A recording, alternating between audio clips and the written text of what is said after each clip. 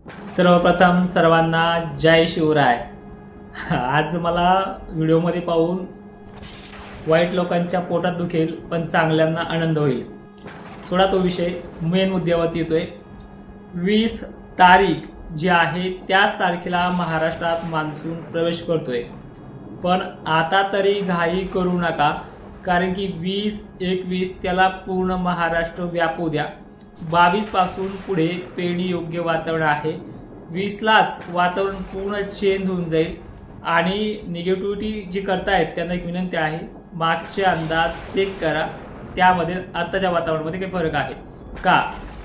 परिस्थिती जी सांगितली पहिले तीच आहे, त्यामध्ये बदल नाही, पण बदल होण्या अगोदर 20 आणि 21 ला 2 दिवस संध्याकाळपर्यंत धीर धरा। 22 पासून पुढे जर 2 दिवसात जेवढा पाऊस पडेल त्याच भागातल्या शेतकऱ्यांनी आपला जे काही पेरणीचा निर्णय आहे तो तुमच्या वैयक्तिक निर्णयावरती घेऊ शकता। पण महाराष्ट्रामध्ये येणाऱ्या रविवारपासून खानदेशमध्ये सुद्धा, खानदेशला तर 4 दिवस मराठवाड्यापेक्षा आपण उशिरा सांगतोय, पण खानदेशमध्ये सुद्धा सुरुवात करणार आहे। चांगली ओल जाऊ द्या, जे शासन निर्णय आहे त्या निर्णयाप्रमाणेच पेरण्या करा। आपल्या जो मी स्टार्टअप केला आहे आज सांगण्याचा, त्या स्टार्टअपमध्ये फक्त कसा पडणार आहे, किती पडणार आहे एवढं सांगणार आहे। पेरणीचा सल्ला मात्र कोणाला देणार नाही आणि दिला तरी तो कोणी घेऊ नका। ज्या 2 दिवसापूर्वी ज्या सॅटेलाइटवरती यांना ढग दिसत नव्हते, ढग गायब झालते, मान्सून महाराष्ट्रामध्ये आला तरी पुढे चालून खंड पडत असतात, त्या खंडामध्ये सुद्धा ढग गायब होतात, म्हणजे तो मान्सून नाही आहे का? हा एक सरळ सवाल आहे। मान्सूनला कमी दाबाचा पट्टा निर्माण लागतो त्यावेळेसच तो पाऊस पडतो आणि एक्झॅक्टली 20 तारखेलाच अरबी समुद्रामध्ये मोठा कमी दाबाचा पट्टा बनतोय।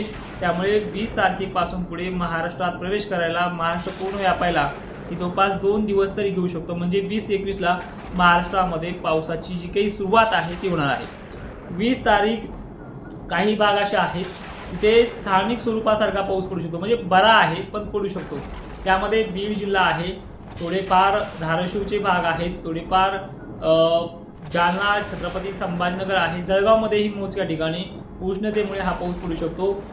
सोलापूरमध्ये तुरळक ठिकाणी पडू शकतो। बीडमध्ये काही ठिकाणी हा 20 तारखेला सुरुवात करणार आहे। धुळे किंवा जळगावच्या पश्चिम भागात मेघगर्जनेसह पडू शकतो, पण व्याप्ती कमी आहे। पहिल्या दिवशी ही सुरुवात करणार आहे, त्यामुळे काही गडबड करू नका। लातूरमध्येही उत्तरेकडील भागांना, परभणीमध्ये रात्रीच्या वेळेला सुरुवात करणार कंडिशन आहे, पण 20 तारखेला तो सुरुवात करणार आहे। यापेक्षाही दुप्पट जी काही भर आहे, म्हणजे थोडीफार सुरुवात करणार 20 तारखेला, पण दुप्पट जी काही भर आहे ती जळगावला 2 दिवसातच 21 ला, एकाच दिवसाच्या आडमध्ये 21 ला संध्याकाळपर्यंत सुरुवात करणार आहे, पण पेरणीच्या योग्यतेचा नाहीये, लक्षात ठेवा। सांगलीमध्ये चांगली सुरुवात करणार आहे, त्याचबरोबर अहिल्यानगरमध्ये सुद्धा सुरुवात करणार आहे, पण जास्त व्याप्ती कुठे? सोलापूर, धाराशिव आणि बीड जिल्हा तर लातूर परिसरापर्यंत आहे। भोकरदन, जाफराबादला थोडं शिरवाळ आणि शितोडे याच 21 तारखेच्या संध्याकाळी सुरू होतील आणि हा 21 तारखेचा पाऊस जो आहे तो कमी नाहीये। सोलापूर पासून खाली धाराशिव, बीड, लातूर, परभणी, नांदेडपर्यंत याची व्याप्ती आहे। इकडे वाशिम, बुलढाणा जिल्ह्यात सुद्धा 21 तारखेला रविवारी सुरुवात करेल आणि यापेक्षा मोठी व्याप्ती 22 तारखेच्या संध्याकाळी। तर याच्यामध्ये जिल्हे खूप आहेत, पण माझा एक सल्ला आहे तुम्हाला वारंवार की पेरणी पुरता पाऊस होऊ द्या, मग करा। होणार आहे पण पुरता होऊ द्या, कारण की 2-3 दिवसामध्ये सुद्धा गाव बरेच उगत आहेत। 22-23 पर्यंत सुद्धा गावं काही उगणार आहेत, पण जवळपास 23च्या संध्याकाळी अर्धा महाराष्ट्र तरी बेतेल एवढी परिस्थिती चांगली आहे। पण पेरणीचा सल्ला देत नाही, कारण की मी मानसिकता माझी मागं खूप बिघडवली। तर ते 22 तारखेच्या संध्याकाळी नाशिक जिल्हा, छत्रपती संभाजीनगरचे वैजापूर, कन्नड, सिल्लोड हे भाग देखील आहेत। त्यामध्ये पुणे परिसर आहे, अहिल्यानगर परिसर आहे, पंढरपूर क्षेत्र 22 तारखेच्या संध्याकाळी आहे। बुलढाणा जिल्हा बहुतांश ठिकाण, म्हणजे जी काही देऊळगाव राजा, चिखली परिसर आहे, भोकरदन, जाफराबाद, कन्नड, सिल्लोड आवर्जून घेणार आहे। रात्री उशिरा लागेल किंवा रात्रीच्या 12च्याही आतमध्ये, 8-9च्या पुढे केव्हाही, किंवा दिवस मावळता येऊ शकतं, हे वातावरणाची टायमिंग नाही, पण होणार मात्र 22 तारखेला ही तारीख आहे।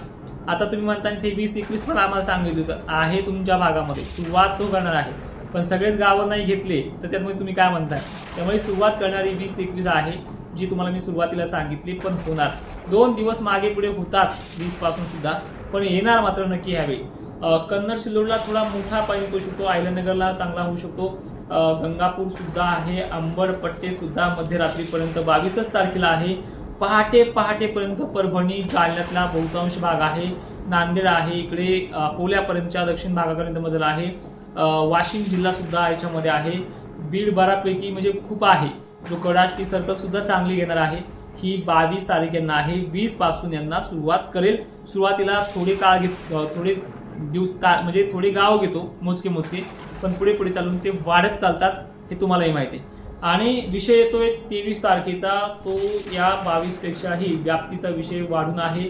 धुळे जिल्ह्यातल्या दक्षिण भागात जळगावचा पाचोरा वगैरे परिसर, अमरावती परिसर, चंद्रपूर परिसर, वाशिम परिसर, हिंगोली परिसर, परत जालना, परत देवगडच्या परत भाग, चिखली वगैरे, सोलापूर वगैरे. आणि या टायमिंगला मुंबईमध्ये धुपाधार पावसाची सुरुवात सुद्धा 22-23ला 21 पासून होणार आहे आणि जवळपास 20 पासून महाराष्ट्र चित्र बदलतंय. आता निगेटिव्ह कमेंट करणारे विनंती आहे, मी तुम्हाला 4 गोष्टी सांगतोय. 5 मार्चचा रिपोर्ट पहा, 13 मार्चची जी काही तुम्हाला पोस्ट दिली आपण आपल्या माध्यमातून, त्यामध्ये टक्केवारी आणि गाव तालुके जे काही सांगितले ते पहा. दुसरी महत्वाची गोष्ट, एक व्हिडिओ दाखवा पेरणी करायचा सल्ला दिलेला. आणि चौथी महत्वाची गोष्ट, माझी प्रसिद्धी गेल्या वर्षीपासून फास्ट वाढते, हे तुम्हाला सहन होत नाही म्हणून तुम्ही भोकत राहा, तुमच्याकडे लक्ष पण देत नाही, भाकरी पण टाकत नाही तुम्हाला. तर जे काही शेतकरी आहेत माझे हितचिंतक, त्यांना याच्यामध्ये दिलासा दिलाय. फक्त 20 पासून सुरुवात होऊ द्या आणि 22 पर्यंत पडू द्या, नंतर पेरणीचा सल्ला तुम्ही घेऊ शकता. आणि ऍप्लिकेशन्स जे लाईव्ह आहे तो आज संध्याकाळी 8 वाजता आहे, त्यामध्ये तालुके वगैरे सांगितले जातील. जय शिवराय, धन्यवाद.